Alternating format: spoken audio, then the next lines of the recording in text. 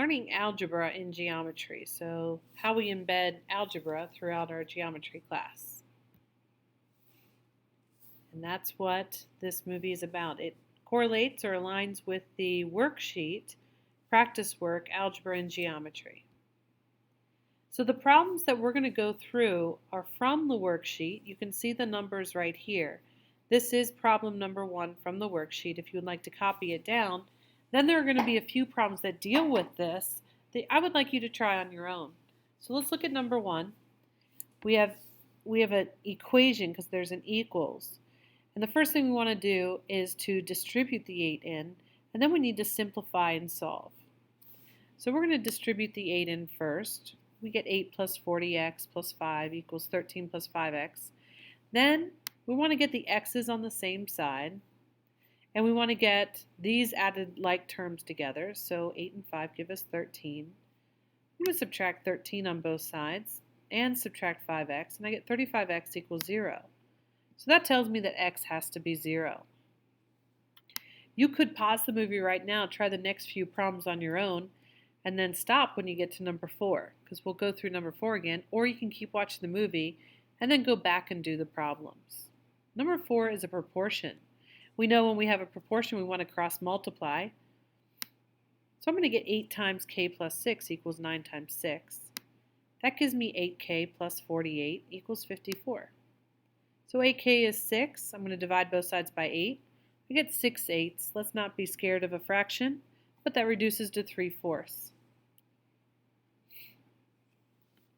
Next, you can either pause the movie here and try the next few problems, 5 and 6, or keep playing and then go back and finish the worksheet. We want to find the rate of change. When you talk about rate of change, that's another fancy term for slope.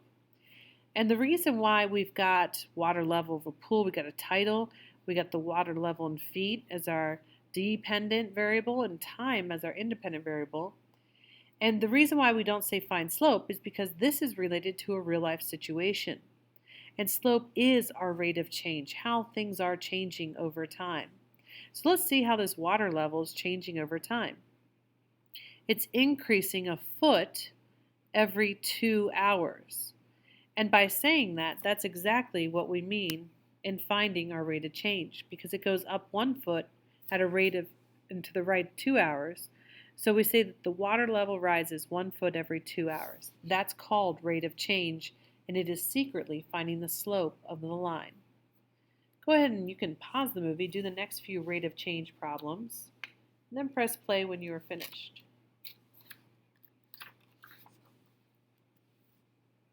The next thing, before you go into standard form and slope-intercept form, we need to know what those forms look like. Here's standard form, ax plus by equals c, where a, b, and c are whole numbers. That means there are no decimals, and a needs to be positive. So I could have something like 2x plus 3y equals 10, 5x plus 7y equals 20. I could have 2x plus negative 3y. Notice b could be negative, c could be negative, but a needs to be positive. But no decimals either on this, or fractions. Slope-intercept form is y equals mx plus b, where m is the slope, and that can be a fraction, normally not as a decimal. And b is our y-intercept, that's where it crosses the y-axis. So you need to know those in order to complete the next few problems. We're going to do number 11. Write the equation for a line in standard form that goes through the following 2 points. So since we know the 2 points, the first thing that we can find, the bit of information we could get, would be finding the slope for the line that contains these 2 points. So I'm going to find the slope, and I'm going to do 16 minus 8 over 12 minus negative 4. Well, I know 12 minus a negative 4 is really 12 plus 4. That's where that comes from. So this gives me 8/16, or 1/2. Knowing my slope, I want to put it in standard form. So what I like to do is I use point slope form as my intermediate. You don't have to, but it is one way to do it. And point slope form says y minus y1 equals m times x minus x1. That's what point slope is. And so I know my slope, 1/2, and I chose this, point A to use. So I do y minus my y1, 8, equals my slope 1/2 times x minus a negative 4, which is x plus 4. Then I take this guy, and I know standard form is ax plus by equals c. So I need to first distribute the 1/2 into both terms. So I get 1/2 x plus 2. Then I want to get the x and the y term on the exact same side, and I want x to be positive. Well, it's positive right now. So what I'm going to do is I'm going to, apparently I put it in slope-intercept form first by adding 8 to both sides. That gave me y equals 1/2 x plus 10. The next thing is I don't want fractions in standard form. So see how I've got 2 as my denominator? If I multiply both sides by 2, then I'll get rid of that. So multiplying this by 2, I get 2y. And when I multiply this side by 2, I get x plus 20. It was great because it got rid of my fraction. Now I want x and y on the same side. So what I'm going to do here is I'm going to subtract 20 and then subtract 2y. And that'll give me x minus 2y equals negative 20. So all that, I can write it right here, what I did. I subtracted 20 on both sides. Because my x was positive, I left it on that side. And that gave me 2y minus 20. I'm horrible writing with the mouse. Equals x. Now, x is positive, so I want to get the 2y on the other side, so I subtracted 2y. Now, x minus 2y are unlike terms. That's why I still have x minus 2y here. And it equals, this negative 20 stays over there, so it equals negative 20 over here. And that's how you get standard form from 2 points. You first find the slope. I used point-slope form, but you could use slope-intercept form to solve for b. Then I put it in standard form by multiplying by my denominator to get rid of the fraction and putting my x and y's on the same side, making sure that the coefficient of the x is positive. So you can pause this movie, try the next one, number 12, or press play, and we'll go on to number 13. It says to write an equation for a line in slope-intercept form that is parallel to the given line and goes through point D, 10 to negative 2. We know lines that are parallel have the same slope. So I'm going to take this guy and find the slope. I'm going to solve for y, put it in slope-intercept form. So I'm going to subtract 2x on both sides, and I get 6y equals negative 2x minus 8.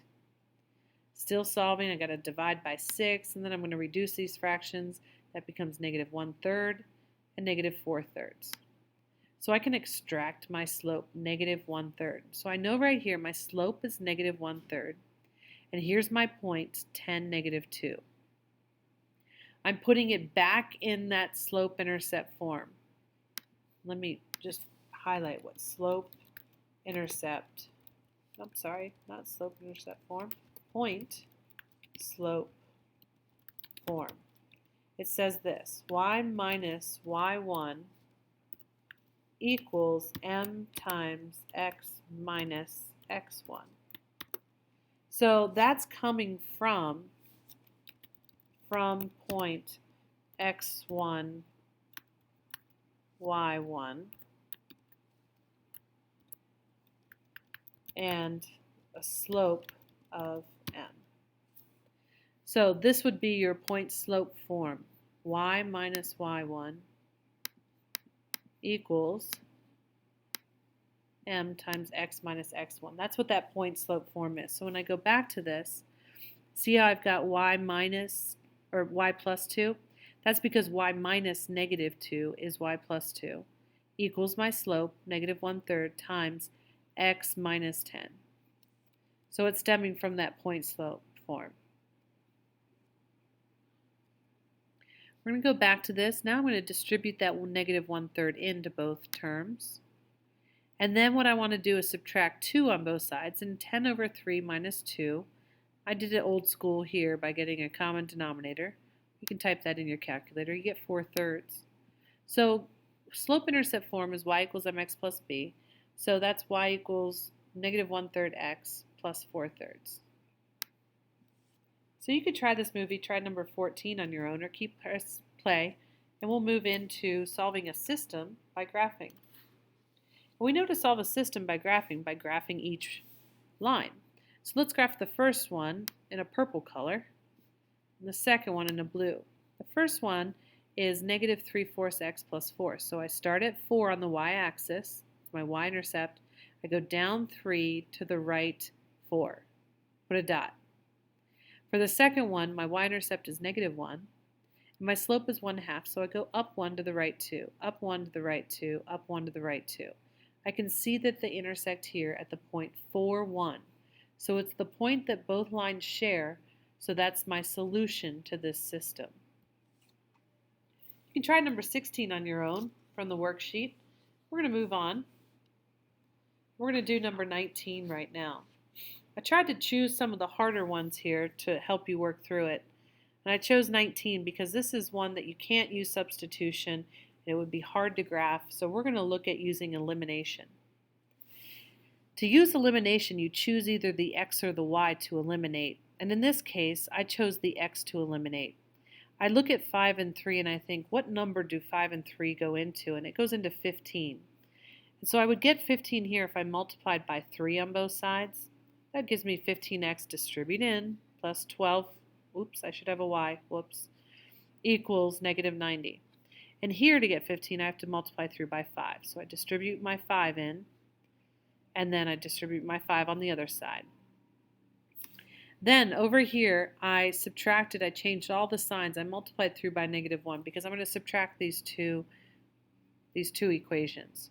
So it becomes 15x minus 15x, and 12 plus 45, because it would be minus a negative 45y. So I added negative 90 plus 90. So I get 57y equals 0. That's y equals 0. So I know y is 0. I'm going to plug 0 in and solve for x. I chose the first equation. It doesn't matter. You could choose the second one. When I plugged it into the first one, I get 5x equals negative 30. So x is negative 6. Now you can take both of these guys, plug it in for x and y in both equations, and you should get true statements. Let's try number 21. The reason I like this one is because the equals here and the x and y are over here and the equals is here. So the first thing you want to do is rearrange both of these equations so that they line up, so that my x and y are together. So I'm going to take this guy, I'm going to rearrange him so it's negative 7x plus negative 20y. At least switch the x and the y. So I have, and I'm going to put this guy on the left side. So I've got negative 7x minus 20y equals negative 14. This one, I want to get the x over here, or the y over here, so I'm going to subtract 10y on both sides. And I get 2x minus 10y equals 4. Now, I want to get the same, to eliminate, I want to get the same coefficient. In order to do that, I'm going to multiply the second one by 2 so that I have negative 20 here and I'll have negative 20 here. In rewriting that, I got my first equation, the exact same as up here. And then down here, I distribute the 2 in, but then I realize I need to subtract so that this becomes a plus. So I get negative 20 plus 20. So you can either multiply through by negative 1 or subtract, because subtracting a negative is the same as adding. So it becomes negative 7x minus 4x, which we know to be negative 11. This gives me 0 because negative 20 plus 20 is gone, and that's why it's called elimination. I just eliminated the y. Negative 14 minus 8 gives me negative 22. I'm going to divide both sides by negative 11, and I get x is 2. So I'm going to take that information, plug it right back into the original right here. I get 2 times 2 equals 4 plus 10y. That allows me to solve for y. And I get that y is 0. Believe me, it doesn't always happen that one of them is 0. This one just sort of happened that way. We're going to move on to the last section, which is on quadratics, just to refresh the brain on how to do quadratics. We're going to find the solutions to this quadratic equation. So we need to first remember that it needs to be n squared or x squared, an x term, and then a constant equal to 0. We don't have this equal to 0. So what we're going to do first is subtract 5 on both sides. so that I get my quadratic equal to 0. The next thing is I'm going to identify my a, b, and c. A is 1 because that's the coefficient of the n squared, b is 7, and c is 10. I like to find the discriminant, b squared minus 4ac. Plugging that in gives me 9. So right here, negative b is negative 7 plus or minus the square root of my discriminant, 9, all over 2a, which will be 2. Square root of 9 I know to be 3, so I'm really getting negative 7 plus or minus 3 all over 2. When I add, I get negative 2, and when I subtract, I get negative 5. So my two answers are negative 2 and negative 5, and you can definitely plug those back in to see if they work. That's the last section I would like to cover in this lesson on algebra through geometry. Please complete the worksheet that is attached, and that would be all.